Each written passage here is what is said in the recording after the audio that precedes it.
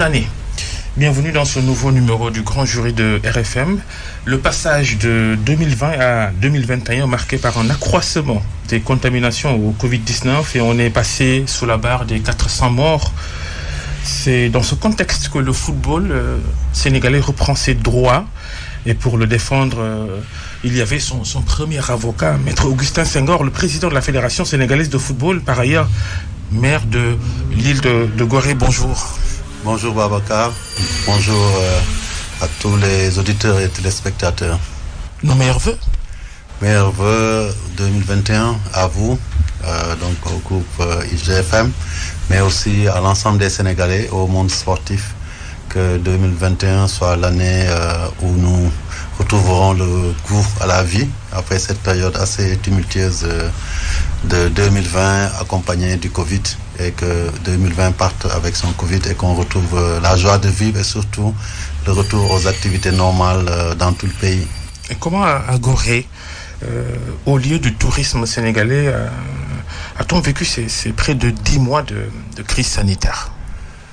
À Gorée, nous les avons vécus très difficilement, ces mois de Covid-19, parce que vous le savez, après les premiers cas, nous avons eu à subir les affres d'une fermeture totale de l'île de Gorée aux visiteurs. Et pour qui connaît Gorée, sa vocation est une vocation d'accueil, puisque c'est un site touristique par excellence. Et donc, vous savez que ça a eu des répercussions terribles sur le plan économique. De notre côté aussi, nous avons dû vivre en autarcie pendant tout ce temps-là.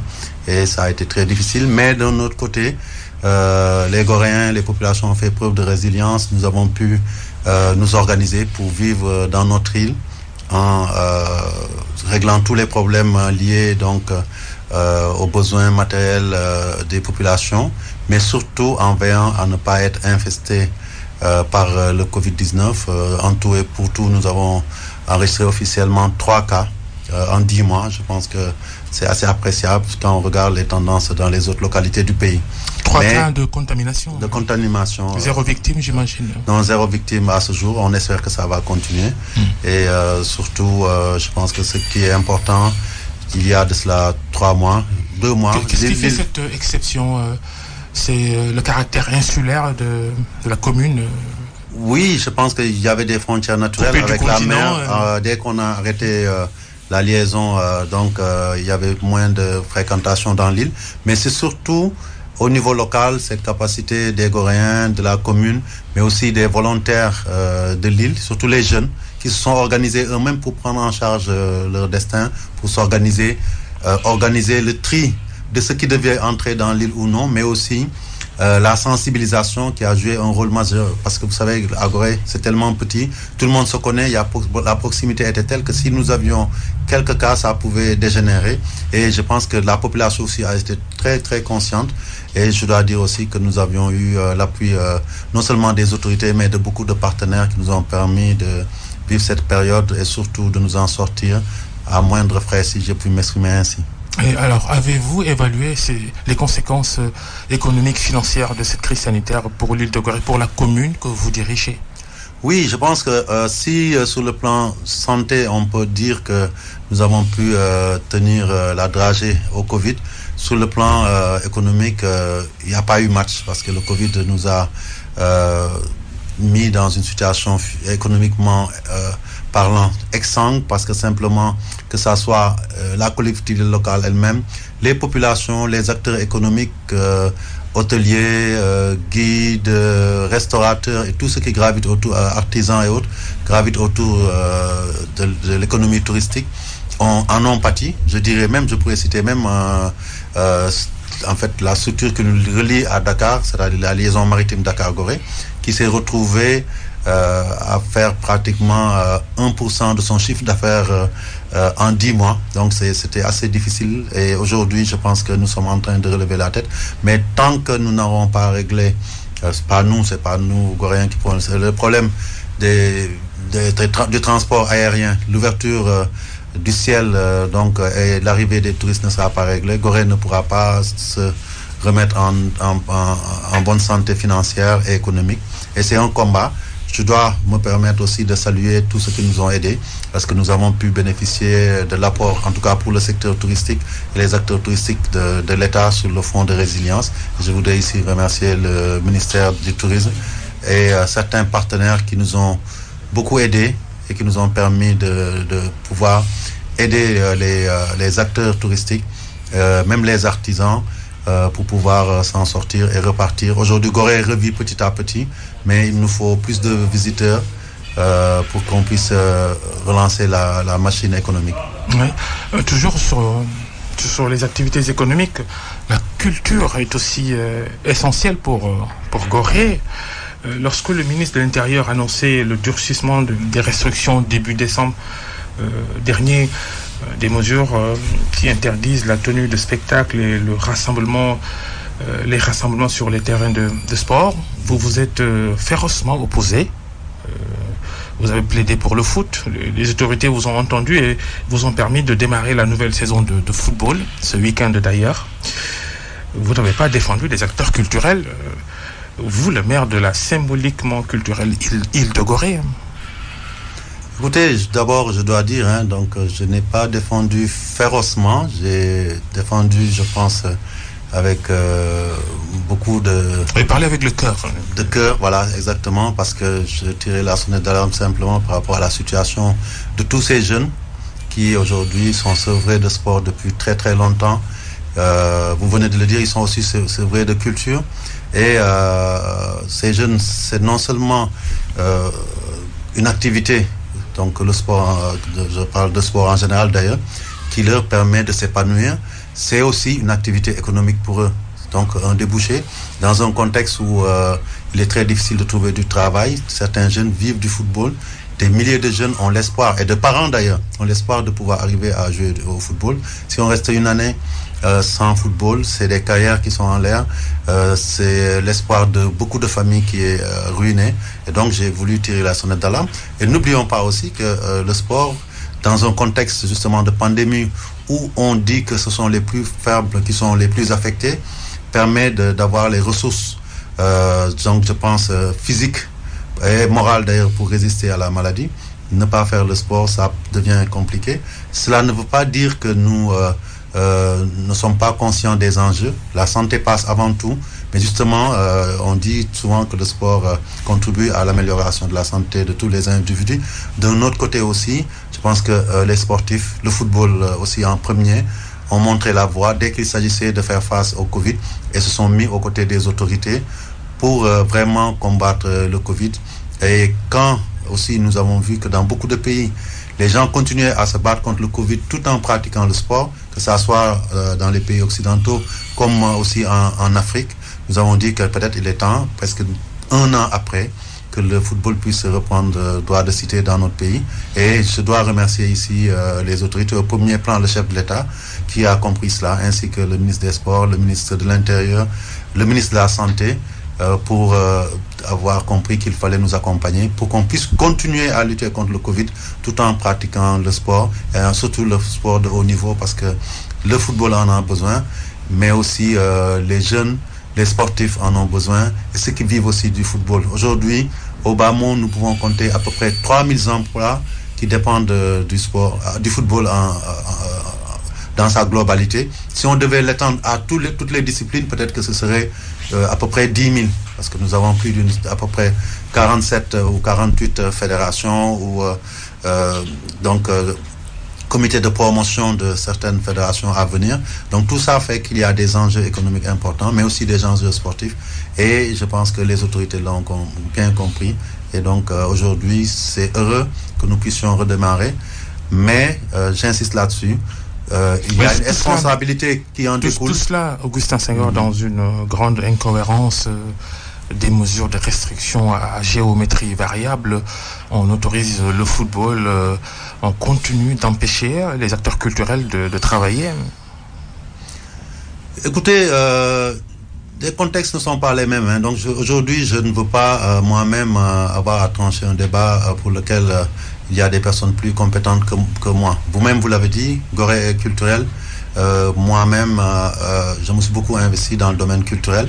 Dans un monde idéal, effectivement, il faut que toutes les activités reprennent, mais à certains moments clés, je pense qu'il appartient aux autorités d'apprécier. Et je pense qu'ils ont discuté avec les acteurs culturels. Ils sont en train de chercher des solutions et ils ont tenu à les accompagner, surtout dans cette période de fin d'année où peut-être aujourd'hui la difficulté c'est que si dans le sport, on peut jouer à huis clos, dans les activités culturelles, les concerts, les boîtes de nuit, c'est impossible de parler de huis clos, donc peut-être que c'est à ce niveau-là que ça se joue, mais je ne désespère pas que des solutions soient trouvées. Les meilleures pour les Sénégalais d'abord, mais aussi ensuite pour les acteurs culturels pour que toutes les activités reprennent. Mais la seule voie de salut aujourd'hui, qu'on le veuille ou non, ce sera de pouvoir aider l'État à juguler la pandémie de la meilleure manière. Et comme on le voit, tous les jours, on voit que les cas augmentent, les cas communautaires augmentent. Donc si nous voulons vraiment que l'État libère toutes les activités, nous devons nous prendre en charge nous-mêmes la responsabilité de combattre le Covid et ne pas laisser l'État à lui seul mener ce combat. Oui, la saison de football, justement, qui a démarré hier samedi, des matchs à huis clos, vous l'avez dit, mais les clubs ne sont pas soumis.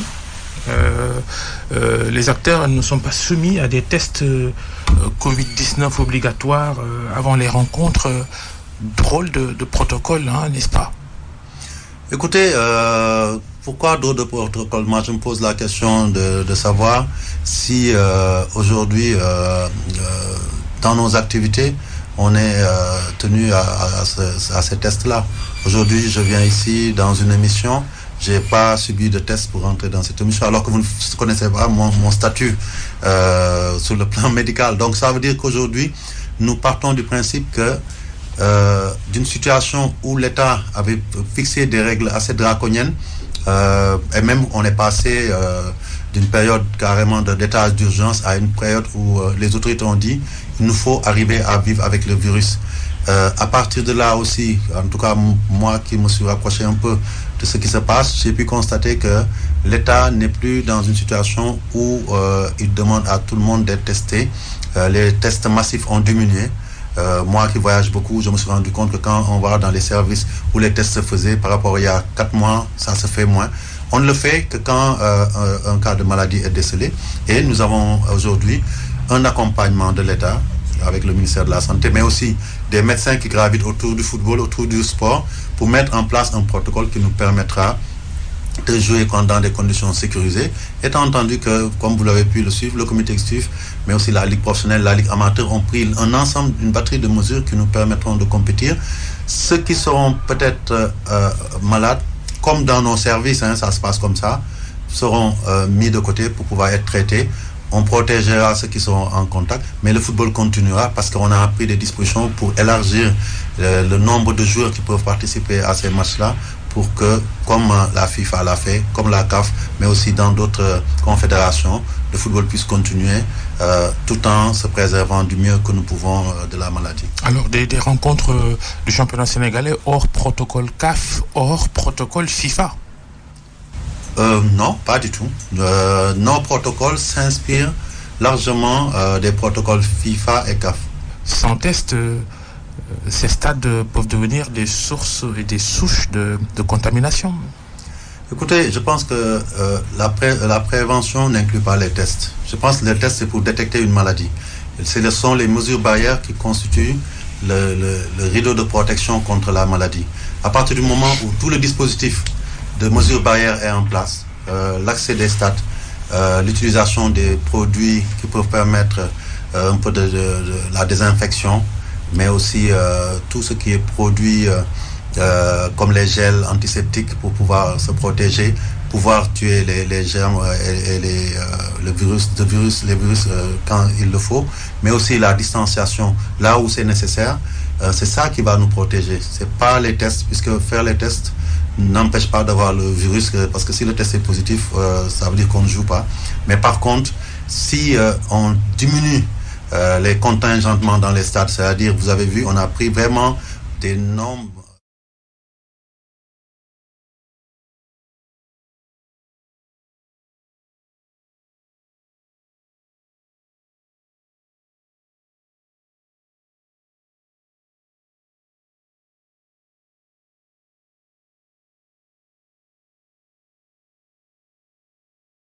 Et donc on sera vraiment sur ce plan-là assez strict et avec des stades qui peuvent accueillir jusqu'à 5 000, 6 000 ou même voire 10 000 est vraiment réduit à sa plus simple expression, à mon avis. Alors, ces championnats ont été arrêtés en mars 2020 et qui reprennent en janvier 2021. On a vu la fédération soutenir beaucoup les clubs, beaucoup de subventions accordées. Ça vous a coûté combien l'arrêt brutal de ce championnat en raison de cette crise sanitaire? Oui, aujourd'hui, on a dépassé le cap des 1,350 milliard qu'on a investi.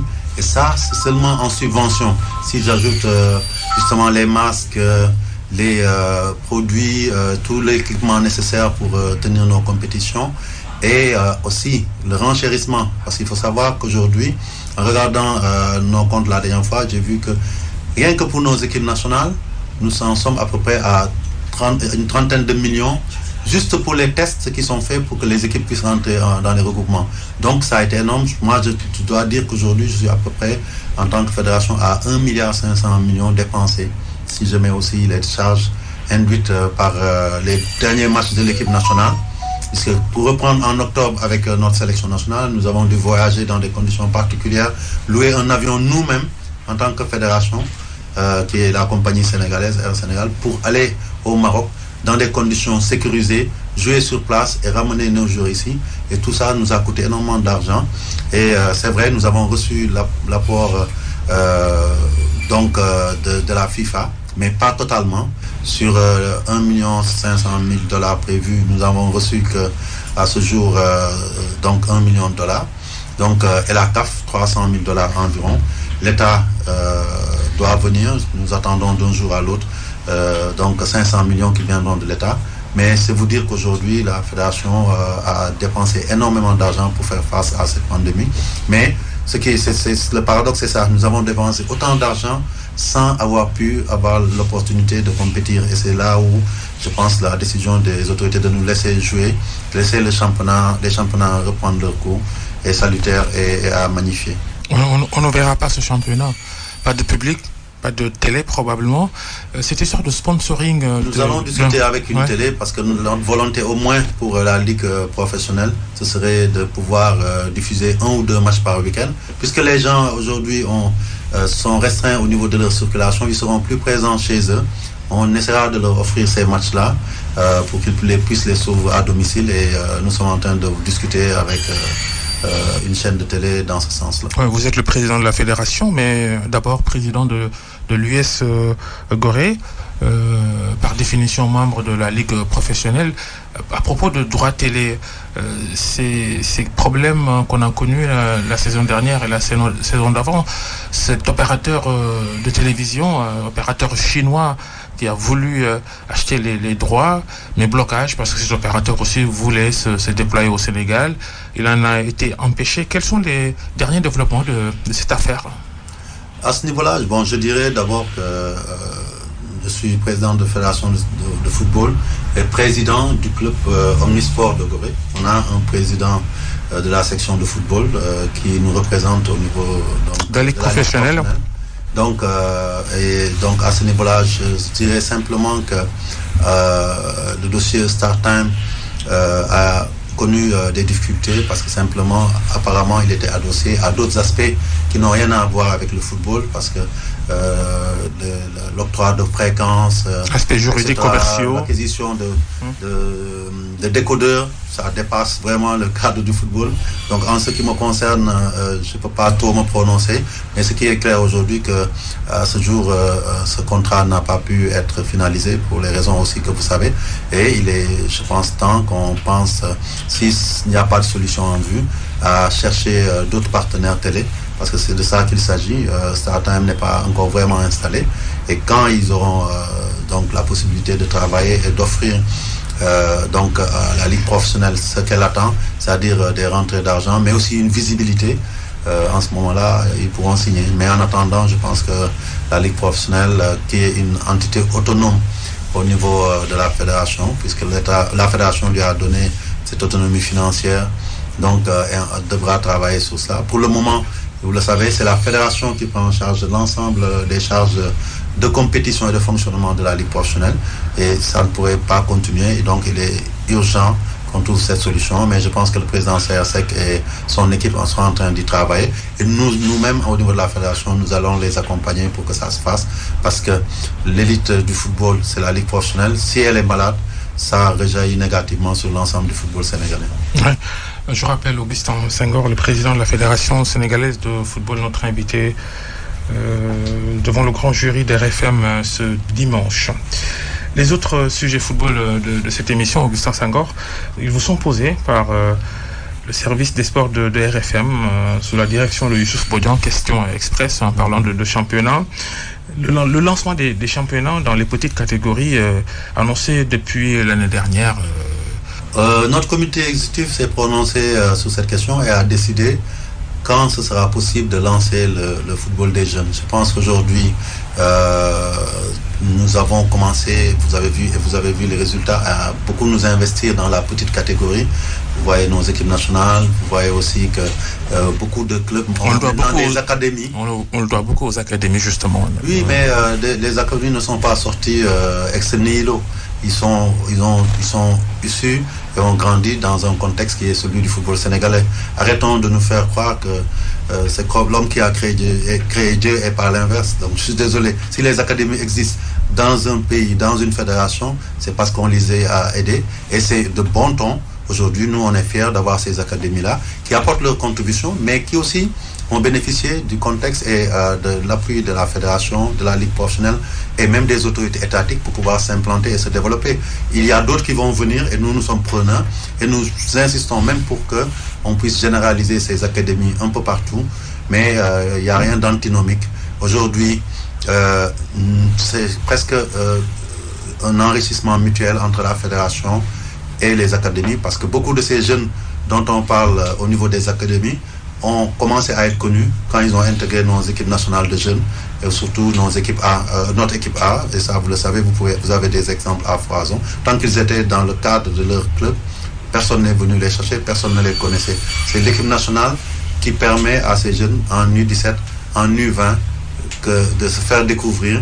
Et c'est une plus-value pour ces académies, mais surtout pour le football sénégalais. C'est tout un ensemble. N'essayons pas de dissocier ce qui constitue un ensemble compact et qui permet aujourd'hui de voir le football sénégalais briller là où jadis il traînait par rapport à d'autres pays. Vous parlez des équipes de jeunes U17, U20, justement. Ces équipes nationales du Sénégal en catégorie jeunes concernées par une décision que le comité exécutif de la fédération a prise il y a quelques semaines, parce que ce sont des sélectionneurs qui étaient des pigistes. Vous leur proposez des contrats en bonne et due forme, et donc plus possible pour eux d'aller entraîner des clubs. On ne peut plus cumuler, à partir de la décision que vous avez prise, les fonctions d'entraîneur de club et de sélection d'une équipe nationale. Il y a les cas flagrants de Youssouf Dabo pour la sélection U20, de Malik Daf pour la sélection U17. Vous leur aviez donné un ultimatum de 3 mois. Ont-ils fait leur choix parce qu'ils sont toujours avec leur club? Malik Daf au Jaraaf, Youssouf Dabo à Teungueth FC. Oui, à ce niveau, je pense que pendant très longtemps, c'est la fédération elle-même qui avait estimé qu'il n'y avait pas lieu de dissocier les fonctions d'entraîneur de club, d'entraîneur titulaire de club et d'entraîneur des sélections de jeunes notamment. Et après réflexion et au vu des expériences passées où nous avons été confrontés à quelques difficultés, justement parce que les entraîneurs étaient tiraillés entre les clubs et les équipes nationales, nous avons pensé qu'il était plus sage avec les échanges qu'on a eu avec le DTN de séparer de manière claire ces fonctions-là. Je pense que tant que nos jeunes ne brillaient pas, le problème ne se posait pas, parce que généralement avec nos équipes nationales de jeunes, c'était un tour puis s'en va, on ne se qualifiait pas au CAN et tout. Mais à partir du moment où depuis 2015 on a commencé à être régulier dans les compétitions de jeunes, nos entraîneurs sont pratiquement sur 1 an ou 2 ans avec nos équipes nationales. Et donc en même temps, ils sont salariés dans des clubs qui ont besoin d'eux quand ils doivent aller en Coupe d'Afrique ou même pour les championnats locaux, quand les enjeux sont devenus plus importants. Je pense qu'il est raisonnable aujourd'hui de permettre à ces entraîneurs de s'épanouir mieux et d'apporter plus en tout cas les sélections, en faisant un choix définitif. Et surtout, ça ouvre l'éventail d'entraîneurs qui peuvent apporter sa contribution, progresser, et qu'on n'ait pas un groupe restreint qui gère les clubs d'élite, les meilleurs, et qui sont aussi en même temps dans les sélections. C'est pour ça qu'on a pris ces décisions. Est-ce que le délai qu'on leur a donné a expiré? Je dirais non, mais sachez que nous sommes en train d'y travailler. Le comité exécutif passé l'a évoqué, et certainement à la prochaine réunion, qui se tiendra, je pense, courant janvier, l'entraîneur nous proposera, le DTN nous proposera donc les nouveaux attelages, après s'être concerté avec les entraîneurs qui ont le choix. Même quand ils resteront dans les clubs, ils seront à la disposition du football sénégalais. Si certains préfèrent venir dans les sélections aussi, ils seront les bienvenus. Nous les mettrons dans des conditions salariales et de travail meilleures, puisqu'ils pourront travailler sur une longue durée et être rémunérés donc sur cette durée-là, plutôt que de travailler à la pige, comme vous l'avez dit, pendant les campagnes. Mais en tout cas, je pense que c'est la meilleure décision que la fédération pouvait prendre. Et à ma connaissance, tout le monde l'a salué, aussi bien dans le monde des entraîneurs que les dirigeants de clubs, mais aussi au niveau des instances du football. Tout le monde l'a apprécié positivement. Après, il s'agira pour les deux entraîneurs qui sont concernés de faire un choix. Je pense qu'il leur reste encore le temps pour le faire. Ils sont en concertation directe, parce que le comité ici prend une décision et c'est la direction technique nationale qui est chargée de l'appliquer. Et donc Maya Sinma prendra les décisions des meilleures pour l'intérêt du football.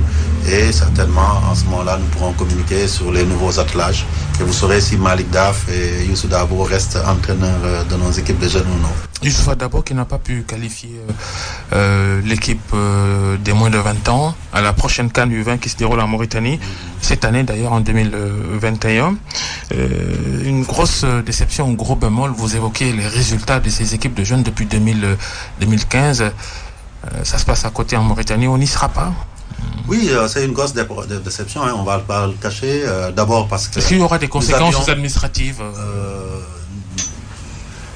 Je dirais d'abord que nous avions l'ambition d'y retourner, parce que nous voulions enchaîner une 4e qualification. C'était important pour maintenir cette logique de formation des jeunes, parce que se qualifier pour les CAN, c'est important au plan du palmarès, mais surtout important pour permettre à des générations de grandir, d'arriver à maturité pour pouvoir passer. Est-ce que vous allez garder Youssouf Dabo à la tête de cette équipe-là? Apparemment, notre plan ne vous intéresse pas. C'est la tête de Youssouf ou non? Non, pas du tout. Aujourd'hui, peut-être qu'il est arrivé à un niveau de saturation. Vous allez je pense que Youssouf a fait d'excellentes choses ici avec nos équipes nationales. Il a bien travaillé. Et même en club, on voit qu'il est assez performant. Donc, si à chaque fois qu'un entraîneur, en tout cas nous, c'est pas les habitudes de la maison d'ailleurs, vous pourrez le constater, il ne faut pas qu'à chaque fois qu'un entraîneur qui a donné satisfaction auparavant tombe sur un écueil et éliminé, et qu'on doit s'en débarrasser. C'était pas forcément contre lui. Peut-être qu'il mérite de gravir d'autres échelons, de laisser la place à un autre pour donner un nouveau souffle à cette équipe-là, peut-être. L'équipe, à mon avis, ne s'est pas qualifiée, mais n'a pas perdu son souffle. Ce qu'il faut savoir, on est dans les catégories jeunes. Nous ne nous focalisons pas forcément sur qui gère ces équipes nationales. Et comme je vous l'ai dit tout à l'heure, nous avons un travail qui est fait en amont par la direction technique nationale, et c'est la direction technique qui appréciera. Avant lui, il y avait Joseph Koto qui avait fait aussi du bon travail avec les U20, avec Malik Daf. Et à un moment donné, malgré tout, on a dit il faut qu'on puisse changer. Et Joseph Koto s'est retrouvé avec les U23. Donc, le travail que nous demandons maintenant aux directeurs techniques, c'est de voir quels aménagements faire pour avoir des attelages compétitifs et compétents pour pouvoir nous donner des satisfactions dans la continuité de ce que nous sommes en train de faire. Je suis en train de vous dire que à partir du moment où toutes les structures sont en place, où l'organisation est bien faite, peu importe qui est là, les entraîneurs viennent, apportent leur contribution, mais la structure reste solide, et la base, ce sera la direction technique nationale, de sorte qu'il y a une continuité dans le travail. Et si vous l'avez remarqué, Koto est passé, a fait d'excellents résultats avec les U20. Quand il partait, moi je me souviens, certains nous ont dit « Ah mais pourquoi vous le faites bouger, il fait du bon travail ». Youssou Dabo est venu, il est resté sur cette lancée-là. Parce qu'ils ont des compétences, certes, mais parce qu'il y a une structure bien organisée qui fait qu'aujourd'hui, les résultats suivent, quelles que soient les personnes qui sont en place. Et c'est comme ça qu'on développe le football des jeunes. C'est comme ça aussi qu'on fait avancer le football d'un pays. Les infrastructures, Augustin Senghor, les stades, il n'y en a pas de vrais, pour ne pas se voiler la face. La preuve, toutes les compétitions internationales de football se déroulent depuis 2 ans, 3 ans au stade Lat Dior de Thiès. Le gouvernement a annoncé la réhabilitation de certains stades, au moins 4, dans différentes régions. Le stade Demba Diop de Dakar, qui a été cédé à la Fédération sénégalaise de football, on attend toujours sa réhabilitation. Vous aviez lancé le marché. Quelles sont les dernières nouvelles ? Oui, je pense qu'à ce niveau-là, là aussi, la dernière réunion du comité exécutif s'est prononcée là-dessus, parce qu'il fallait choisir l'architecte, le cabinet d'architecture qui devait être en charge des travaux. Il y avait des études préalables. C'est pas parce que vous n'en entendez pas. On ne peut pas venir se réveiller au bout de 2-3 mois, commencer à construire un stade ou à rénover un stade. Il y a des études préalables, surtout que c'est un stade qui avait été fermé, nous dit-on, parce qu'il y avait des problèmes de sécurité et même de solidité de la structure. Nous avons pris le soin de faire par donc un cabinet sénégalais le travail d'audit de la structure du bâtiment. Sondage. Ouais. Donc, et ça, c'était important. Et à côté de cela aussi, nous avons lancé un avis à manifestation d'intérêt pour des cabinets d'architectes. Il y en avait 14, je pense, si je ne me trompe, qui avaient postulé. Nous avons retenu une shortlist de 3. Et c'est seulement le 5 décembre, lors de notre réunion, que nous avons choisi définitivement un cabinet qui va commencer maintenant le travail de conception de l'avant-projet. Et pendant ce temps-là aussi, nous sommes en train de travailler sur le volet mobilisation du financement, pour le moment qui est arrêté à 5 milliards. Et je pense que ça va aller vite. Je voudrais en profiter aussi pour dire qu'aujourd'hui, effectivement, nous disons qu'il n'y a pas de stade, mais on sait qu'il y a le stade du Sénégal qui est en train d'avancer très vite. Le stade de Diamniadio. Il y a aussi Léopold Senghor, donc le ministre l'a dit, qui doit être rénové. Les Chinois étaient là, je pense, pour ça, et les autres stades qui vont être faits. Ce que je peux dire et ce dont je peux témoigner, c'est qu'il y a une volonté forte, une volonté politique forte du chef de l'État, non seulement de construire beaucoup de stades pour les prochaines années, mais aussi d'accueillir une CAN au Sénégal. Et donc ça, plusieurs fois, quand il m'a reçu, il me l'a dit. Et dans ce sens-là, on ne peut pas le faire sans réaliser ces stades.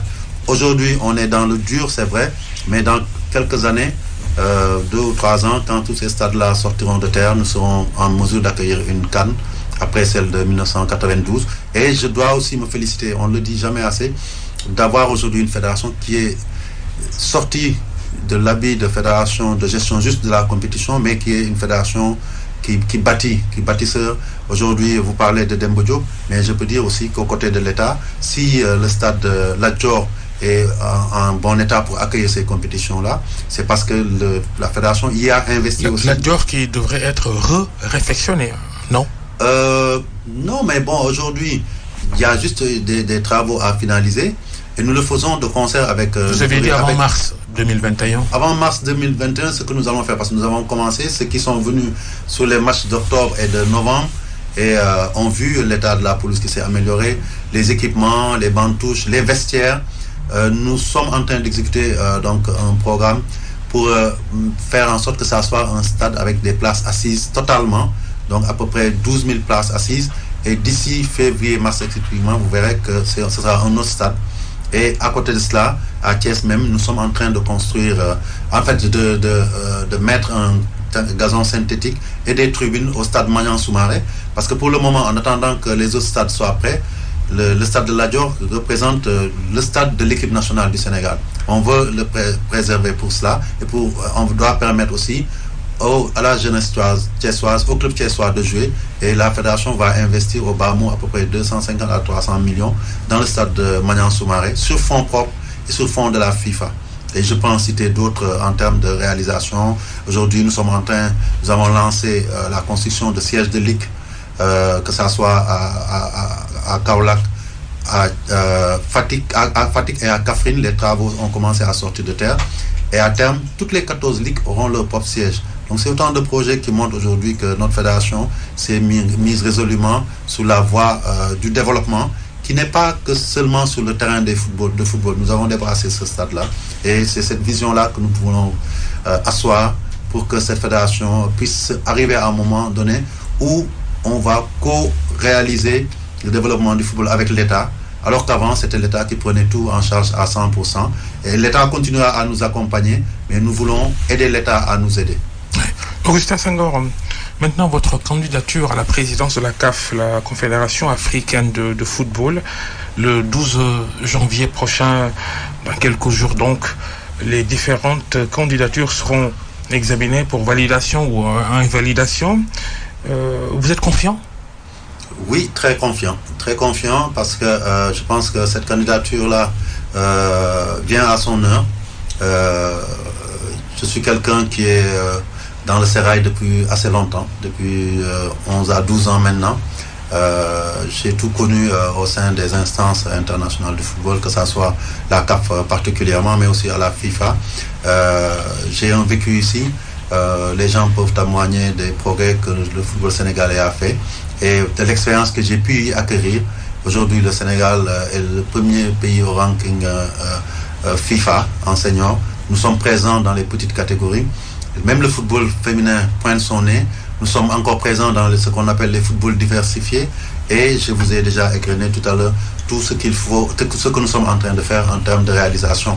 Donc aujourd'hui, la CAF est à la croisée des chemins, a besoin d'un homme d'expérience, d'un homme compétent, mais aussi, je pense que j'ai cette chance-là, dans mon cursus au niveau des instances internationales, pour d'avoir pu nouer des relations et d'avoir pu me faire apprécier par mes collègues présidents. Et tout cela fait qu'aujourd'hui, je pense et j'estime être le candidat qui peut relever ce nouveau défi après les difficultés que la CAF a connues et au point aujourd'hui d'être dirigé aussi bien au niveau de sa présidence qu'au niveau de son secrétaire général par des personnes qui ont été désignées par intérim. Ça montre à quel point donc l'institution a eu des difficultés.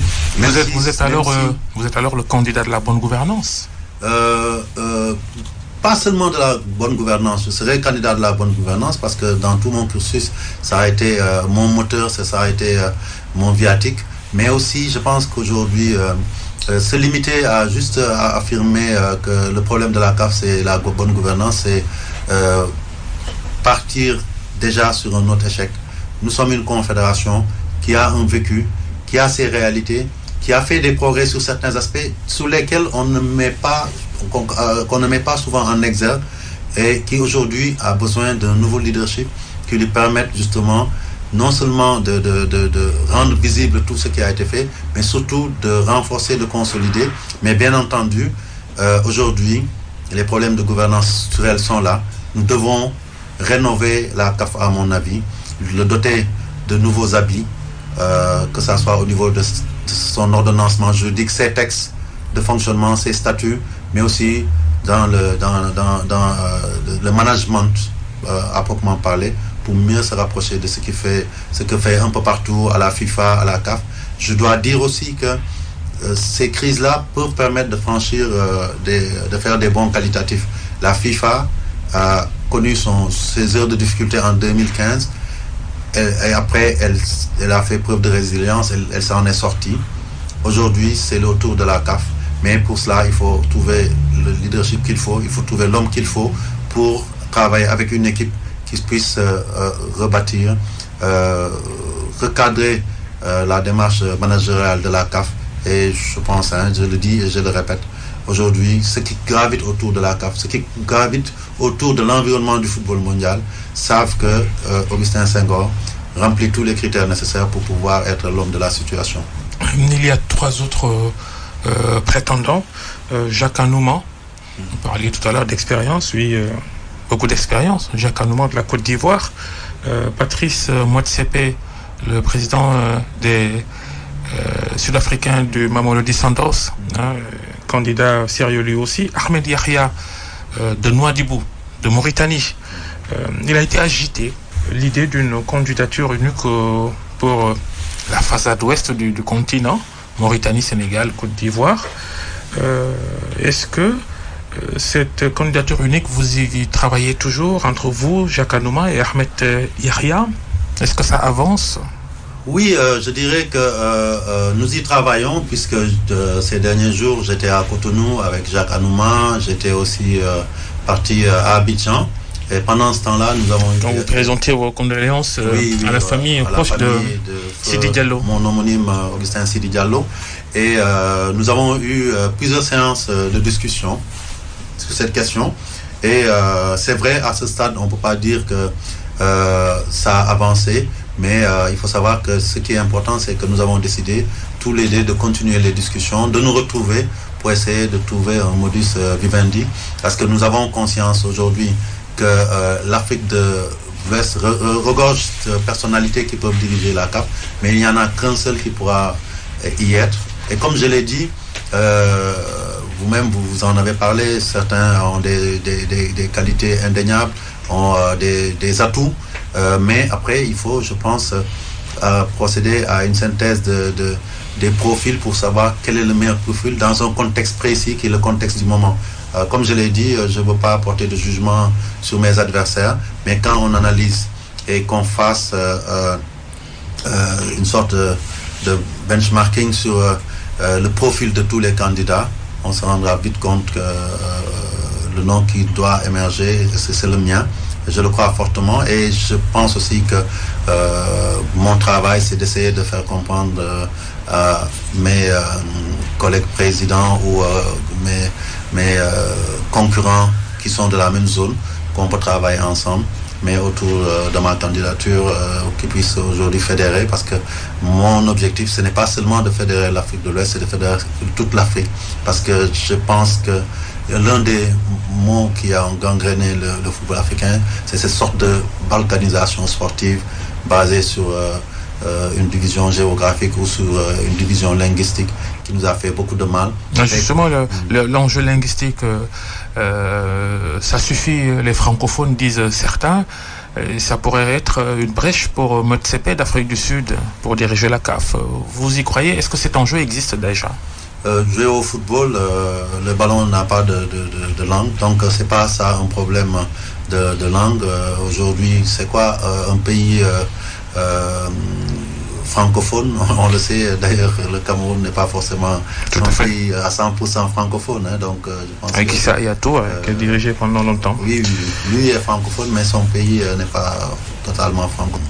Et aujourd'hui, ce qu'il faut juste dans un contexte comme ça, c'est avoir le meilleur président qu'il faut.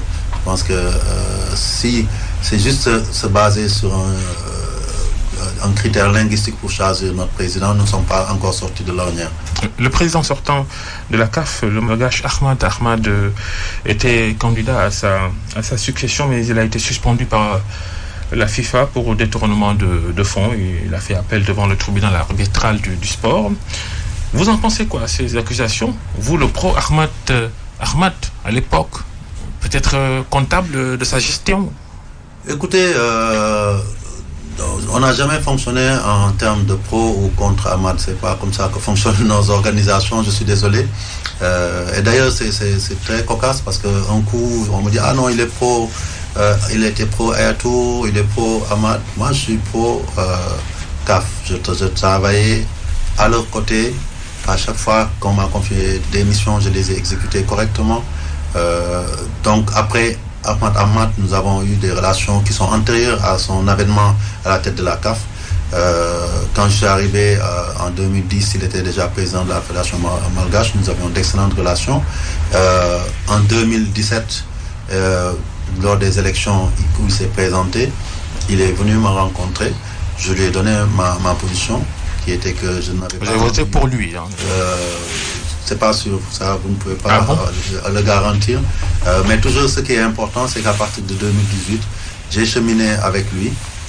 Nous avons travaillé de manière très loyale. J'ai essayé d'apporter ma contribution par rapport aux missions qu'il m'a confiées, qui étaient nombreuses, parce que la CAF était en difficulté et il avait besoin de mon expertise. Je l'ai servi et je me devais d'être loyal avec lui jusqu'au bout, et je l'ai été, sans que ça veuille dire que je sois là pour dire moi-même, est-ce que, comme vous-même vous l'avez dit, c'est des accusations, est-ce que ces accusations sont fondées ou non?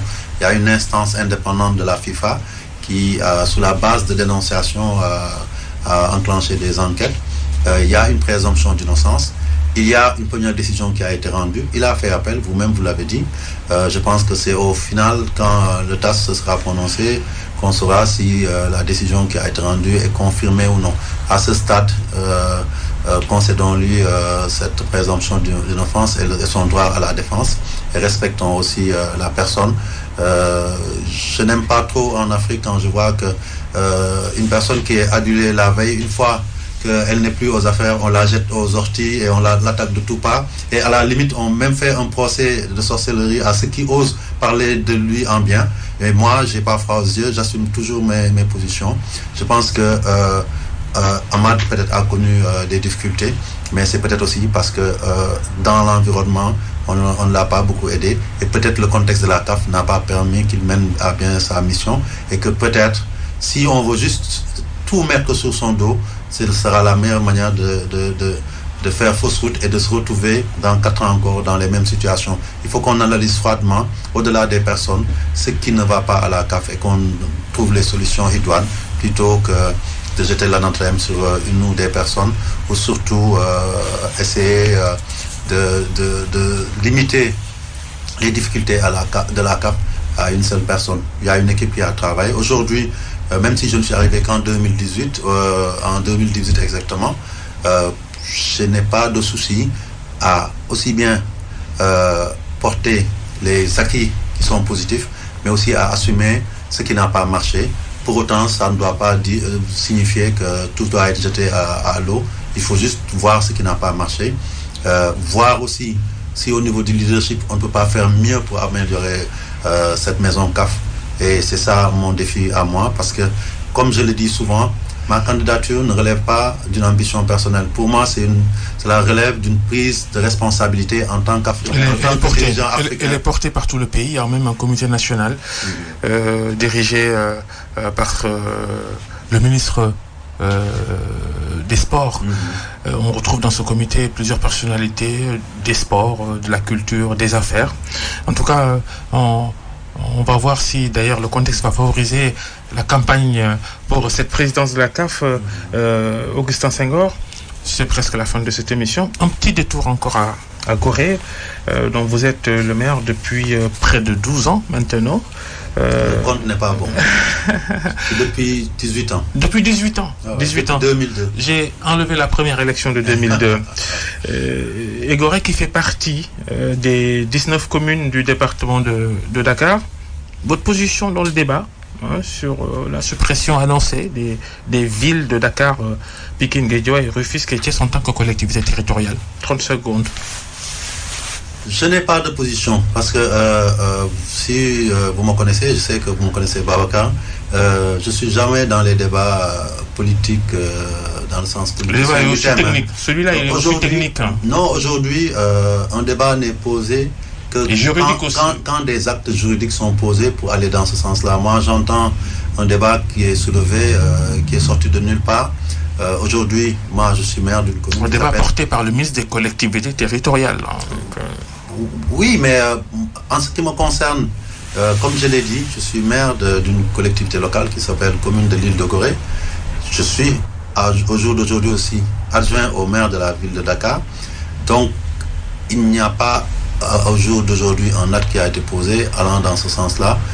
En ce qui me concerne, je préfère attendre que le débat soit posé là où il faut, qu'il y ait des travaux qui sont menés dans ce sens-là pour me prononcer, analyser les motivations, parce que je pense que dans chaque démarche, il y a l'exposé des motifs qui est le plus important. Et au Sénégal, on a l'habitude de mettre la charrue avant les bœufs.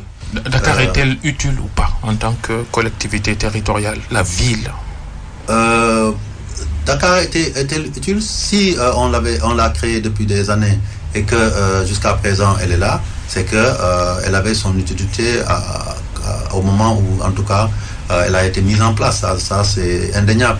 Mais à côté de cela, je pense qu'il y a un État qui mène une politique, qui analyse les situations, qui fait évoluer les réformes par rapport à la décentralisation, elle pose des orientations. Les gens peuvent apprécier ou non, mais ce qui est important, c'est qu'après derrière, que ça soit porté donc au niveau de l'instance où les débats auront lieu, les vrais débats, c'est-à-dire au niveau de l'Assemblée nationale, et que la représentation parlementaire s'exprime pour dire si cette nouvelle orientation est une bonne chose ou non. Après, il faut... Vous, personnellement, vous êtes pour le maintien ou la suppression de la ville de Dakar? Je ne saurais me prononcer sur cette question à ce stade. Je vous l'ai déjà dit, pour moi, ce que j'ai entendu jusqu'à présent, ce sont des spéculations. Ce qui m'intéresse, c'est comment faire progresser ma collectivité, comment faire progresser Dakar comme entité territoriale, parce que effectivement, forcément, reposera sur une évaluation de l'histoire de ces collectivités locales-là, et ce n'est pas un débat qui concerne seulement Dakar, je pense.